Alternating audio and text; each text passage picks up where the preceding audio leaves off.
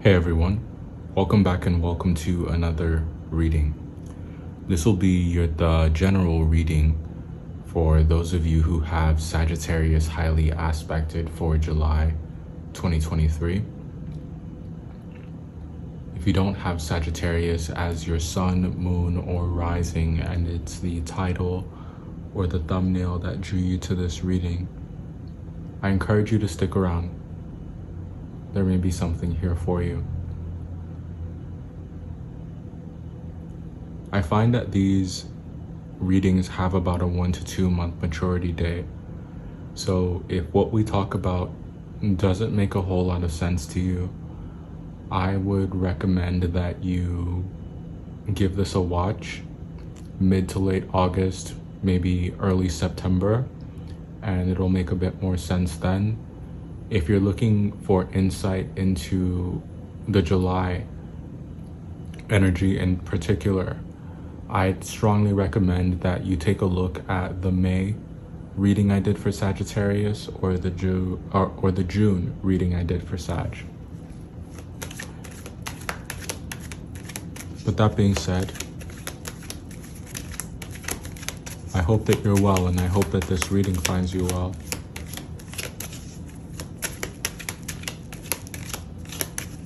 Let's talk about you.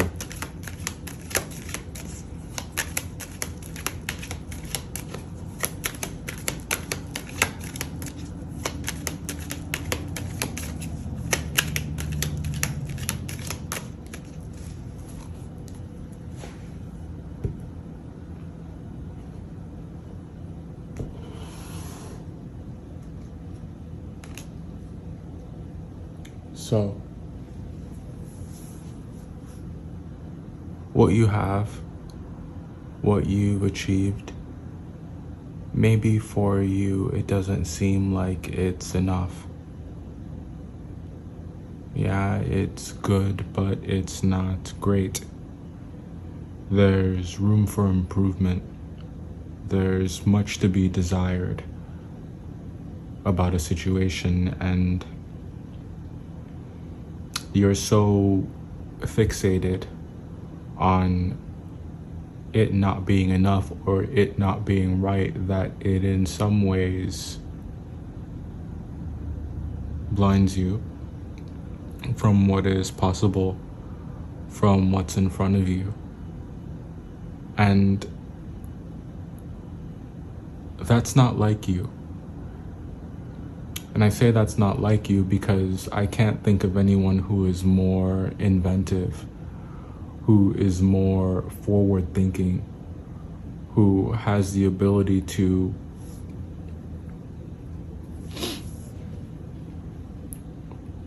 to other people it looks like you're pulling rabbits out of hats, but I just think that really it's about your creativity, and it's about how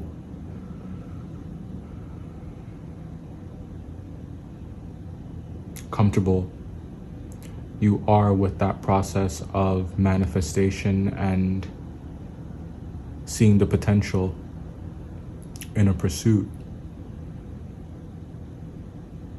seeing what's possible. And maybe you feel a bit disconnected from that talent. And because it's something that's so embedded in your character,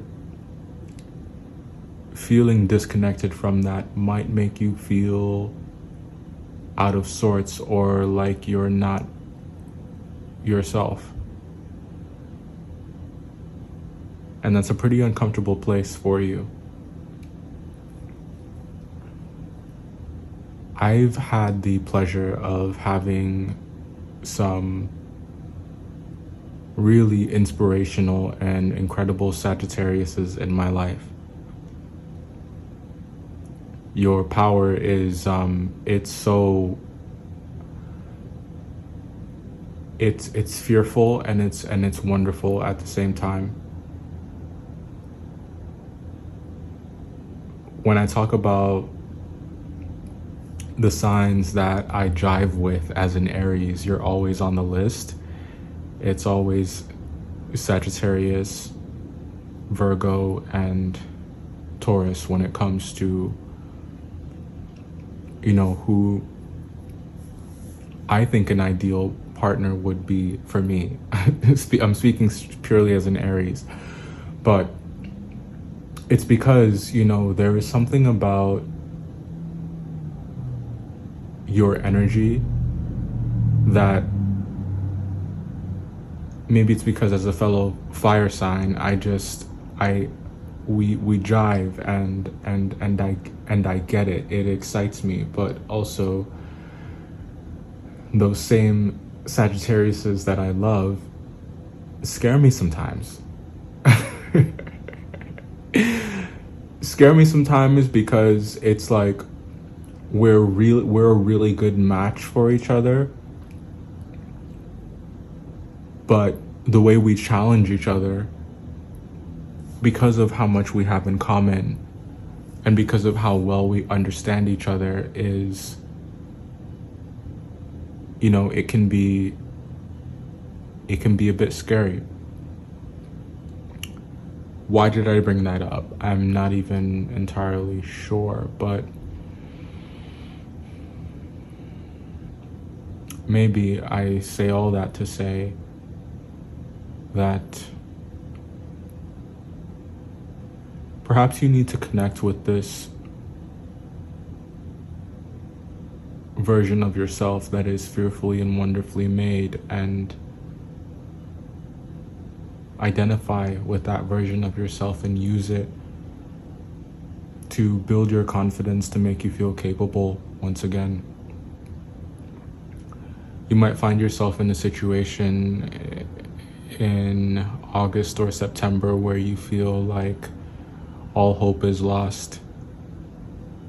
Like you don't know what you're working for, like you've maybe lost your mojo. And maybe I told you that little tidbit about my experience with Sagittarius because I know that that is not like you. You're not the kind of person to be stopped or to be toppled by what you're experiencing or what is happening to you. You're more powerful than that.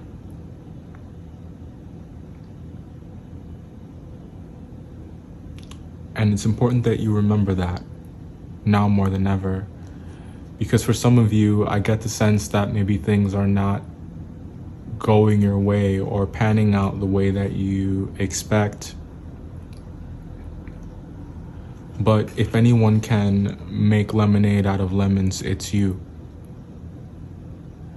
It requires that creativity, it requires that ingenuity, that talent that you have that no one else has, that perspective that you have, that drive that you have to see the potential in an idea, to see what that idea can become. It doesn't look like a lot, it looks small to other people, but what you need is to connect with that vision that you have, that talent and ability that you have to see the end game.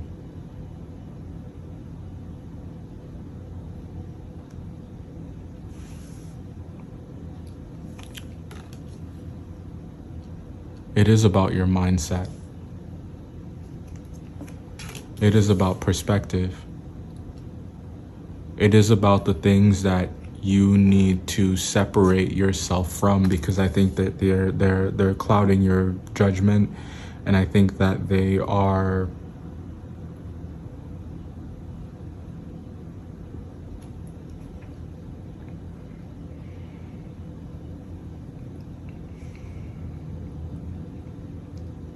you're in an environment that is not conducive to creativity. It's more rigid than you're used to. There is this resistance that you're coming up against, and I think that feeling more like yourself involves doing your own thing, and doing that thing that you do where you're absolutely ruthless with cutting something out that you know isn't for you, and that you know isn't real, and that you know isn't right in your eyes. I think that you need to trust that. And I think that once you change your environment, you need to make sure that that environment is being changed for the better. Make sure that you aren't jumping out of the frying pan and into the fire.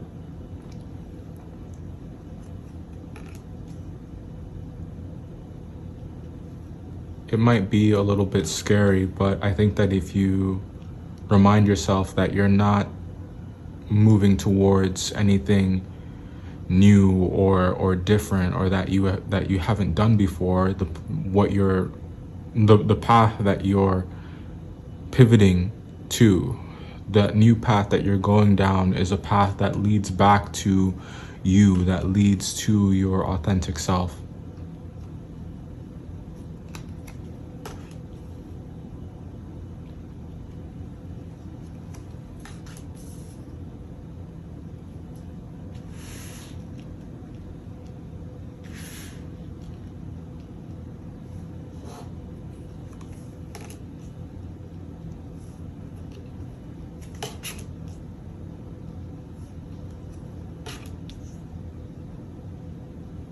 There might be a secret that you have, something that you've been keeping close to the chest.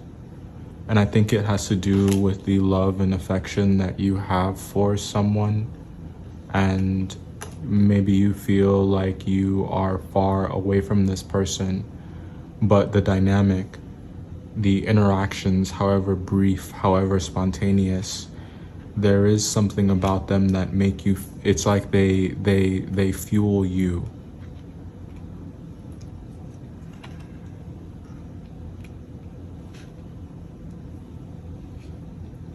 I think this is someone who respects your space, respects your boundaries. I think that they know how Sages work very well. And you might not realize that that distance they're giving you is something they're giving you because they know you need it. They're giving it to you because they respect you. They're giving it to you because some of them are afraid of you. And that might come as a shock to you if you're not overtly trying to be intimidating or trying to strike fear in someone. But I just think that,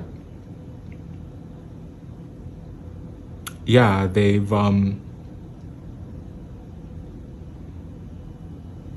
heard it all before, they've experienced it before. It's like they know how to deal with you. And I think that there's something about crossing paths with someone who knows how to deal with you that is intriguing to you.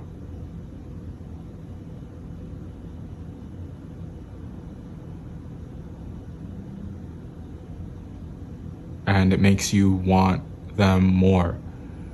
It maybe makes you go out of your way a bit more. But don't do that thing where you make assumptions about what they're thinking or about what they want.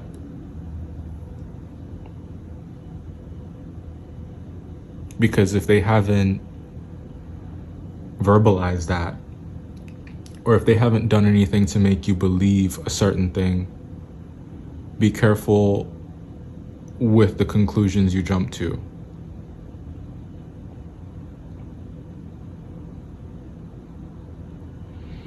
I think that sometimes you can come to these conclusions and be so sure about those conclusions that they inform the way you behave or how you handle someone.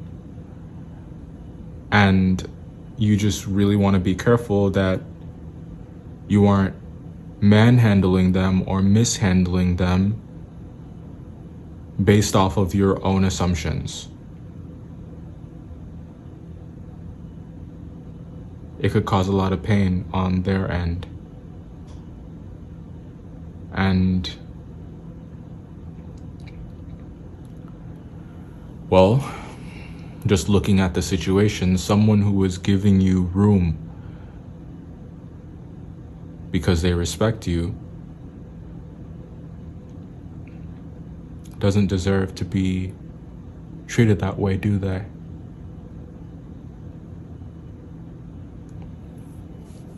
This is what I have for you. I hope this was helpful. I know this one is on the shorter side, but I think that we've said all that we needed to say. That's also just the energy in this read. It's like just enough. It's like there's no small talk. If you don't have anything substantive to say, then don't say anything at all. I feel like someone truly feels that way, and that's just the way this is coming through. So I'm gonna end it there, and I hope to see you in the next one.